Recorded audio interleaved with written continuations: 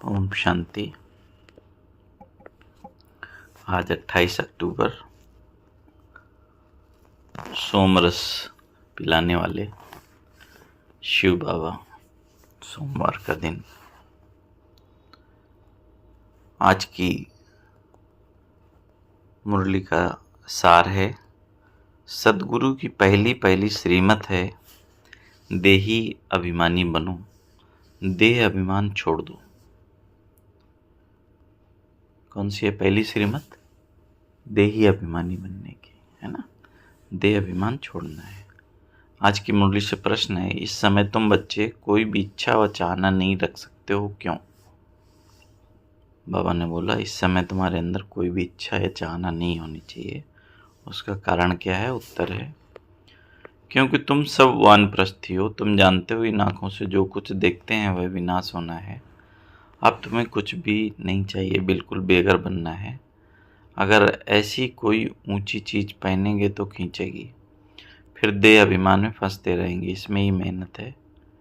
जब मेहनत कर पूरे देही अभिमानी बनो, तब विश्व की बादशाही मिलेगी। इसलिए बाबा ने बोला, कोई भी इच्छा नहीं रखनी है, बिल्कुल बेघर बनना है। जो कुछ इन आँखों से देखते हो विनाश होना है। तो अभी वानप्रस्थ माने बिल्कुल पुरानी दुनिया से कोई भी आकर्षण न हो। ओम शांति। बावन बोले, 15 मिनट व आधा घंटे बच्चे बैठे हैं। बाबा भी 15 मिनट बिठाते हैं कि अपने को आत्मा समझ बाप को याद करो। माने मुरली आरंभ होने से पहले मन को शांत करने के लिए 15 मिनट या आधा घंटा पहले योग में बैठते हैं, फिर मुरली सुनते हैं। तो बावन बोला, ये शिक्षा एक ही बार मिलती है, फिर कभी नहीं मिलेगी। सतयुग में ऐसे नहीं कहेंगे कि आत्माभिमानी हो बैठो। ये एक ही सदगुरु कहते हैं। उनके लिए कहा जाता है, एक सदगुरु तारे, बाकी सब डूबोए। यहाँ बाप तुमको देही अभिमानी बनाते हैं। खुद भी देही है ना, है ना। खुद भी आत्मिक स्थिति में रहता है, आपको भी आत्मिक स्थिति में बनाता है। समझाने के लिए कहते हैं, मैं तुम सभी आत्माओं का बाप हूँ, उनको तो देही बन। बाप को याद नहीं करना है, याद भी वही करेंगे जो आदि सनातन देवी देवता धर्म के भाती होंगे। माने जो आने वाले होंगे आदि सनातन देवी देवता धर्म में, वही याद करेंगे। भाती तो बहुत होते हैं ना, नंबरवार पुरुषार्थ अनुसार। यह बात बड़ी समझने और समझाने की है। परम पिता परमात्मा तुम सबका बाप भी है, और फिर क्या है? टीचर है। टीचर के लिए क्या होना पड़ेगा? नॉलेजफुल। तो नॉलेजफुल भी है। आत्मा में ही नॉलेज रहती है ना। तुम्हारी आत्मा संस्कार ले जाती है, बाप में तो पहले से ही संस्कार है। वह बाप है, यह तो सब मानते भी हैं, है ना। सभी धर्म वाले पिता के रूप में तो मानते ही हैं। फिर दूसरी उसमें खूबी है, जो उसमें ओरिजिनल नॉलेज है। एक तो पिता के रूप में, और दूसरा ज्ञान का सागर कहते हैं। उसमें ओरिजिनल नॉलेज है, बीज रूप है। जैसे बाप तुमको बैठ समझाते हैं, तुमको फिर औरों को भी समझाना है। बाप मनुष्य सृष्टि का बीज रूप है, फिर वह सत है, चैतन्य है, नॉलेजफुल है। उनको इस सारे झाड़ की नॉलेज है, और कोई को भी इस झाड़ की नॉलेज है नहीं। इनका बीज है बाप, जिसको परम पिता परमात्मा कहा जाता है। जैसे आम का झाड़ है तो उसका क्रिएटर बीज को कहेंगे ना, वह जैसे बाप हो गया, परंतु वह जड़ है। जैसे आम का बीज है, वो क्या हो गया? आम के वृक्ष का पिता हो गया, है ना। उसी तरह सारे सृष्टि रूपी बीज का, मतलब पेड़ का शिव बाबा बीज है। तो बान बोला, वह जड़ है, मतलब आम का बीज जो है जड़ है। अगर चैतन्य होता तो उसको मालूम रहता कि मेरे से झाड़ कैसे निकलता है, परंतु वह जड़ है, उसका बीज नीचे बोया जाता है। यह है चैतन्य बीज रूप, ये ऊपर में रहते हैं, है ना शिव बाबा। तुम भी मास्टर बीज रूप बनते हो। बीज रूप माने आत्मिक स्वरूप में स्थित होना, सारे ज्ञान को अपने अंदर समा लेना, वो है बीज रूप स्थिति। बाप से तुमको नॉलेज मिलती है, वह ऊंच से ऊंच पदवी तुम ऊंच पाते हो, स्वर्ग में भी ऊंच पद चाहिए ना, यह मनुष्य नहीं समझते हैं। स्वर्ग में देवी देवताओं की राजधानी है, राजधानी में राजा रानी प्रजा गरीब साहूकार आदि ये सब कैसे बनने होंगे। अभी तुम जानते हो आदि सनातन देवी देवता धर्म की स्थापना कैसे हो रही है, कौन करते हैं, भगवान। बाप फिर कहते हैं बच्चे जो कुछ होता है ड्रामा के प्लान अनुसार सब ड्रामा के वश हैं। बाप भी कहते हैं मैं भी ड्रामा के वश हूँ, मेरे को भी पार्ट मिला हुआ है, वही पार्ट बजाता हूँ। वह है सुप्रीम आत्मा, उनको सुप्रीम फादर कहा जाता है और सबको कहा जाता है ब्रदर्स, माने और सभी आत्माएं भाई भाई है ना, पिता वही है। और कोई को फादर टीचर गुरु नहीं कहा जाता है, वह सबका सुप्रीम बाप भी है, टीचर भी है, सदगुरु भी है। यह बातें भूलनी नहीं चाहिए, परंतु बच्चे भूल जाते हैं क्योंकि नंबरवार पुरुषार्थ अनुसार राजधानी स्थापन हो रही है। हर एक जैसे पुरुषार्थ करते हैं, वह झट स्थूल में भी मालूम पड़ जाता है कि यह बाप को याद करते हैं या नहीं, देही अभिमानी बने हैं नहीं। यह नॉलेज में तीखा है, एक्टिविटी से समझा जाता है, माने चाल चलन से ही पता चल जाता है। बाप कोई को कुछ डायरेक्ट कहते नहीं है, नहीं तो नाराज हो जाए, फंक हो जाए, अफसोस में पड़ जाए कि ये बाबा ने क्या कह दिया और सब क्या कहेंगे। बाप बतला सकते हैं कि फलाने फलाने की सर्विस करते हैं, सारा सर्विस पर मदार है, बाप भी आकर सर्विस करते हैं। बच्चों को ही बाप को याद करना है, याद की सब्जेक्ट ही डिफ़िकल्ट है। बाप या योग और नॉलेज सिखलाते हैं। नॉलेज तो बहुत सहज है, बाकी याद में फेल होते हैं। देह अभिमान आ जाता है, फिर ये चाहिए, ये अच्छी चीज़ चाहिए, ऐसे ऐसे ख्यालात आते हैं। बाप कहते हैं यहाँ तो तुम वनवास में हो, तुमको तो अब वानप्रस्थ में जाना है, फिर कोई भी चीज़ नहीं पहन सकते हैं। अगर कोई दुनियावी चीज़ होगी तो खींचेगी, शरीर भी खींचेगा। घड़ी घड़ी देह अभिमान में ले आते हैं। इसमें है मेहनत, मेहनत बगैर विश्व की बादशाही थोड़ी मिल सकती है। मेहनत भी नंबरवार पुरुषार्थ अनुसार कल्प कल्प करते आए हो और करते रहते हो। रिजल्ट प्रत्यक्ष होती जाएगी। स्कूल में भी नंबरवार ट्रांसफ़र होते हैं। टीचर समझ जाते हैं फलाने ने अच्छी मेहनत की है, इनको पढ़ाने का शौक़ है, फीलिंग आती है। उसमें तो एक क्लास से ट्रांसफ़र दूसरे में तीसरे में आ जाते हैं। यहाँ तो एक ही बार पढ़ना है। आगे चल, जितना तुम नज़दीक आते जाएंगे उतना सब मालूम पड़ता जाएगा। यह बहुत मेहनत करनी है, ज़रूर ऊंच पद पाएंगे। ये तो जानते हैं कोई राजा रानी बनते हैं, कोई क्या बनते हैं, कोई क्या बनते हैं, प्रजा भी तो बहुत बनती है। सारा एक्टिविटी से मालूम पड़ता है, हमें क्या पता चलता है कौन किस क्वालिटी की आत्मा है, सारा चाल चलन से पता चल जाता है। बाबा ने बोला ये देह अभिमान में कितना रहते हैं, इनका कितना लव है बाबा से। बाप के साथ ही लव चाहिए ना, भाई भाई का नहीं।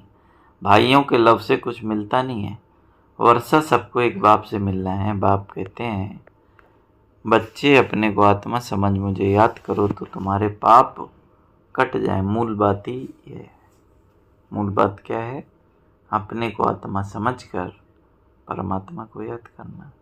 याद से ताकत आएगी, दिन प्रतिदिन बैटरी बढ़ती जाएगी, क्योंकि ज्ञान की धारणा होती जाती है, तीर लगता जाता है। दिन प्रतिदिन तुम्हारी उन्नति नंबरवार पुरुषार्थ अनुसार होती रहती है। यह एक ही बाप टीचर सदगुरु है जो देही अभिमानी बनने की शिक्षा देते हैं, और कोई दे न सके। और तो सब हैं देह अभिमानी, आत्माभिमानी की नॉलेज और कोई को मिलती नहीं। कोई मनुष्य बाप टीचर गुरु हो न सके। हर एक अपना अपना पार्ट बजा रहे हैं, तुम साक्षी हो, देखते हो। सारा नाटक तुमको साक्षी हो देखना है, एक्ट भी करना है। बाप क्रिएटर डायरेक्टर एक्टर है ना, शिव बाबा एक्ट करते हैं। देखो बाबा इस ड्रामा का क्रिएटर भी है और डायरेक्टर भी है और एक्टर भी है ना। देखो एक्ट में भी आते हैं, केवल संगम के ऊपर ब्रह्मा तन का आधार लेकर एक्ट में आते हैं। तो बाबा ने बोला शिव बाबा आकर एक्ट करते हैं, सबका बाप है ना। बच्चे अथवा बच्चियां सबको आकर वर्षा देते हैं। एक बाप है, बाकी सब आत्माएं भाई भाई। वर्षा एक बाप से ही मिलता है। इस दुनिया की कोई चीज बुद्धि में याद नहीं आती है। बाप कहते हैं जो कुछ देखते हो यह सब विनाशी है। अभी तो तुमको घर जाना है। वो लोग ब्रह्म को याद करते हैं, गोया घर को याद करते हैं, समझते हैं ब्रह्म में लीन हो जाएंगे। इसको कहा जाता है अज्ञान। मनुष्य मुक्ति, जीवन मुक्ति के लिए जो कुछ कहते हैं वह रांग है। जो कुछ युक्ति रचते हैं सब है रांग। राइट रास्ता एक ही बाप बतलाते हैं। बाप कहते हैं हम तुमको राजाओं का राजा बनाते हैं, ड्रामा प्लान अनुसार। कई कहते हैं हमारी बुद्धि में नहीं बैठता। बाबा हमारा मुख खोलो, कृपा करो। बाप कहते हैं इसमें बाबा को तो कुछ करने की बात नहीं, मुख्य बात है तुमको डायरेक्शन पर चलना है। बाप का ही राइट डायरेक्शन मिलता है, बाकी सब मनुष्यों के रॉन्ग डायरेक्शन, क्योंकि सब में 5 विकार हैं, नीचे ही उतरते जाते हैं। क्या क्या रिद्धि सिद्धि आदि करते रहते हैं, उनमें सुख नहीं है। तुम जानते हो ये सब अल्पकाल के सुख हैं। उसको कहा जाता है काग विष्टा समान सुख। सीढ़ी के चित्र पर बहुत अच्छी रीत समझाना है और झाड़ पर भी समझाना है। कोई भी धर्म वाले को तुम दिखा सकते हो कि तुम्हारा धर्म स्थापन करने वाला फलाने फलाने समय पर आता है। किस वाले चित्र में? सीढ़ी वाले चित्र में भी दिखा सकते हो या झाड़ वाले चित्र पे भी दिखा सकते हो। दोनों में है कि कितना समय हो जाता है तब कौन सा धर्म आता है। बावन बोला कि समझा सकते हो, है ना, क्राइस्ट किस टाइम पर आएगा। जो और धर्म में कन्वर्ट हो गए हैं उनको ये धर्म ही अच्छा लगेगा, फट निकल आएंगे। माने जो अपने धर्म वाली, माने देवी देवता कुल वाली आत्माएं होंगी, वो तुरंत ज्ञान सुना और निकल आएंगी। बाकी कोई को अच्छा नहीं लगेगा तो वह पुरुषार्थ ही कैसे करेंगे। मनुष्य मनुष्य को फांसी पर चढ़ाते हैं। तुमको एक बाप की याद में रहना है, यह बड़ी मीठी फांसी है। आत्मा की बुद्धि का योग है बाप की तरफ। आत्मा को कहा जाता है बाप को याद करो, यह याद की फांसी है। फादर तो ऊपर रहते हैं ना, तुम जानते हो हम आत्माएं, हमको बाप को याद करना है ना। तो ऐसी मीठी फांसी है ना, बलिहार जाने वाली फांसी, मुक्त करने वाली फांसी। बावन बोले यह शरीर तो यहाँ ही छोड़ देना है, तुमको यह सारा ज्ञान है। तुम यहाँ बैठ क्या करते हो? वाणी से परे जाने के लिए पुरुषार्थ करते हो। बाप कहते हैं सबको मेरे पास आना है। तो कालों का काल हो गया ना। एक काल तो बावन बोला वह काल तो एक को ले जाते हैं, वह भी काल कोई है नहीं जो ले जाता है। यह तो सब ड्रामा में नूंद है। आत्मा आप ही समय पर चली जाती है। बावन बोला यह बाप तो सब आत्माओं को ले जाते हैं। देखो उस काल और इस महाकाल का बाबा ने अंतर बताया। बावन बोला वो जो 1-2 शरीर छोड़ते हैं वो तो अपना ड्रामा अनुसार आत्मा शरीर छोड़ती है, लेकिन बाबा तो सबको ले जाते हैं। तो अब सब तुम्हारा बुद्धि योग है अपने घर जाने के लिए। शरीर छोड़ने को मरना कहा जाता है। शरीर खत्म हो गया, आत्मा चली गई। बाप को बुलाते भी इसलिए हैं कि बाबा आकर हमको इस सृष्टि से ले जाओ, यहाँ हमको रहना नहीं है। ड्रामा के प्लान अनुसार अब वापस जाना है। कहते हैं बाबा यहाँ अपार दुख है, अब यहाँ रहना नहीं है। ये बहुत छीछी दुनिया है, मरना भी जरूर है। सबकी वानप्रस्थ अवस्था है। अभी वाणी से परे जाना है। तुमको कोई काल नहीं खाएगा, तुम खुशी से जाते हो, है ना। बावन बोला तुम आत्माएं खुशी से शरीर छोड़ते हो। शास्त्र आदि जो भी है वे सब हैं भक्ति मार्ग के। ये फिर भी होंगे ड्रामा की। ये बड़ी वंडरफुल बात है। ये टेप, ये घड़ी, जो कुछ इस समय देखते हो वह सब फिर होगा। इसमें मूंझने की बात नहीं। वर्ड की हिस्ट्री ज्योग्राफी रिपीट का अर्थ है हूबहू रिपीट। अभी तुम जानते हो हम फिर से देवी देवता बन रहे हैं, वही फिर से बनेंगे। इसमें जरा भी फर्क नहीं पड़ सकता। ये समझने की बातें तुम जानते हो। वह बेहद का बाप भी है, टीचर भी है। ऐसा कोई मनुष्य हो न सके। इनको तुम बाबा कहते हो। प्रजापिता ब्रह्मा कहते हो, ये भी कहते हैं कि मेरे से तुमको वर्षा नहीं मिलेगा। बाप गांधी जी भी प्रजापिता नहीं था। बाप कहते हैं ना, इन बातों में तुम मूंझो मत। बोलो हम ब्रह्मा को भगवान व देवता आदि कहते ही नहीं है। बाप ने बताया है, बहुत जन्मों के अंत में वानप्रस्थ अवस्था में मैं इनमें प्रवेश करता हूँ, सारे विश्व को पावन बनाने के लिए। झाड़ में भी दिखाओ, देखो एकदम पिछाड़ी में खड़ा है ना ब्रह्मा बाबा, जो झाड़ का पेड़ है ना, वो जो कल्प वृक्ष का चित्र उसमें सबसे ऊपर है। अब तो सब तमो प्रधान जड़जड़ी भूत अवस्था में है, ये भी तमो प्रधान में है, खड़े हैं, वही फीचर है। इनमें बाप प्रवेश कर इनका नाम ब्रह्मा रखते हैं। नहीं तो तुम बताओ ब्रह्मा नाम कहाँ से आया? यह है पतित, वह है पावन। वह पावन देवता ही फिर 84 जन्म ले पतित बनते हैं। ये मनुष्य देवता बनने वाला है। मनुष्य को देवता बनाना यह बाप का काम है। यह सब बड़ी वंडरफुल समझने की बातें हैं। यह वह बनते हैं सेकंड में, फिर 84 जन्म ले यह बनते हैं। माने उनको बताना है कि यही आत्मा अंतिम जन्म में पुरुषार्थ करके देवता ही पद पाती है, फिर 84 जन्म बाद पतित बनती है। तो भगवान बोला, इनमें बाप बैठ प्रवेश कर पढ़ाते हैं, तुम भी पढ़ते हो। इनका भी घराना है, लक्ष्मी नारायण राधे कृष्ण के मंदिर भी हैं, परंतु यह किसको भी पता नहीं है। राधे कृष्ण पहले प्रिंस प्रिंसेस हैं, जो फिर लक्ष्मी नारायण बनते हैं। ये बेगर टू प्रिंस बनेंगे, प्रिंस सो बेगर बनते हैं। कितनी सहज बात है। 84 जन्मों की कहानी इन दोनों चित्रों से है। ये वह बनते हैं, युगल है इसलिए 4 भुजा देते हैं, प्रवृत्ति मार्ग है, एक सदगुरु की ही तुम्हें पार ले जाते हैं। बाप कितना अच्छी रीत समझाते हैं। फिर दैवी गुण भी चाहिए। स्त्री के लिए पति से पूछो, वह स्त्री से पति के लिए पूछो तो झट बताएगी कि इनमें ये खामियां हैं, इस बात में ये तंग करते हैं, या तो कहेंगे कि हम दोनों ठीक चलते हैं। कोई किसको तंग नहीं करते हैं, दोनों एक दो के मददगार होकर चलते हैं। कोई एक दो को गिराने की कोशिश करते हैं। बाप कहते हैं इसमें स्वभाव को अच्छी रीति बदलना पड़ता है। वह सब है आसुरी स्वभाव, देवताओं का होता है दैवी स्वभाव। यह सब तुम जानते हो। आसुरों और देवताओं के युद्ध लगी नहीं है। पुरानी दुनिया और नई दुनिया के लिए आपस में मिल कैसे चलते हैं? कैसे मिल सकते हैं पुरानी दुनिया और नई दुनिया? बाप कहते हैं पास्ट बातें जो हो गई हैं उनको बैठ लिखा है, उनको कहानियाँ कहेंगे। त्योहार आदि सब यहाँ के हैं, द्वापर से लेकर मनाते आए हैं। माने संगम युग की ही यादगार है जो द्वापर युग से मनाते आए हैं। सतयुग में नहीं मनाए जाते। ये सब बुद्धि में समझने की बातें हैं। देह अभिमान के कारण बच्चे बहुत पॉइंट्स भूल जाते हैं। नॉलेज तो बहुत सहज है, 7 रोज में सारी नॉलेज धारण हो सकती है। पहले अटेंशन चाहिए कौन सी? याद की यात्रा पर। अच्छा, मीठे मीठे शिकल दे बच्चों प्रति माता पिता बाप दादा का याद प्यार और गुड मॉर्निंग। रूहानी बाप की रूहानी बच्चों को नमस्ते।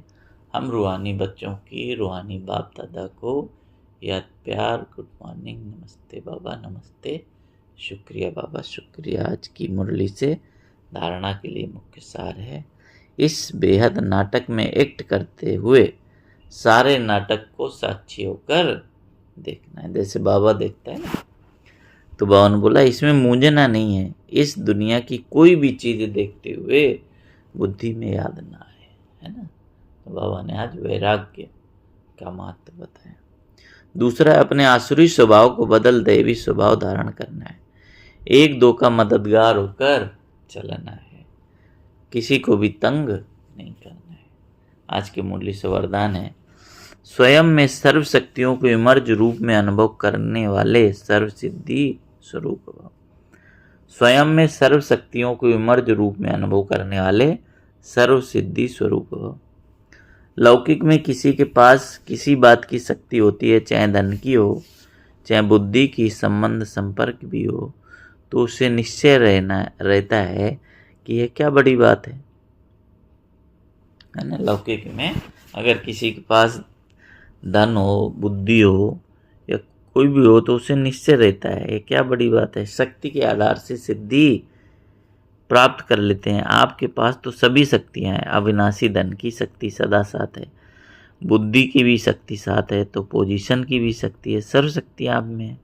इन्हें सिर्फ इमर्ज रूप में अनुभव करो तो समय पर विधि द्वारा सिद्धि प्राप्त कर सिद्धि स्वरूप बन जाएंगे। आज की मुरली से स्लोगन है, मन को प्रभु की अमानत समझकर उसे सदा श्रेष्ठ कार्य में लगाओ। किसकी अमानत है? मन भी प्रभु की अमानत है, तो इसको श्रेष्ठ कार्य में लगाना है। अच्छा, ओम शांति, ओम शांति।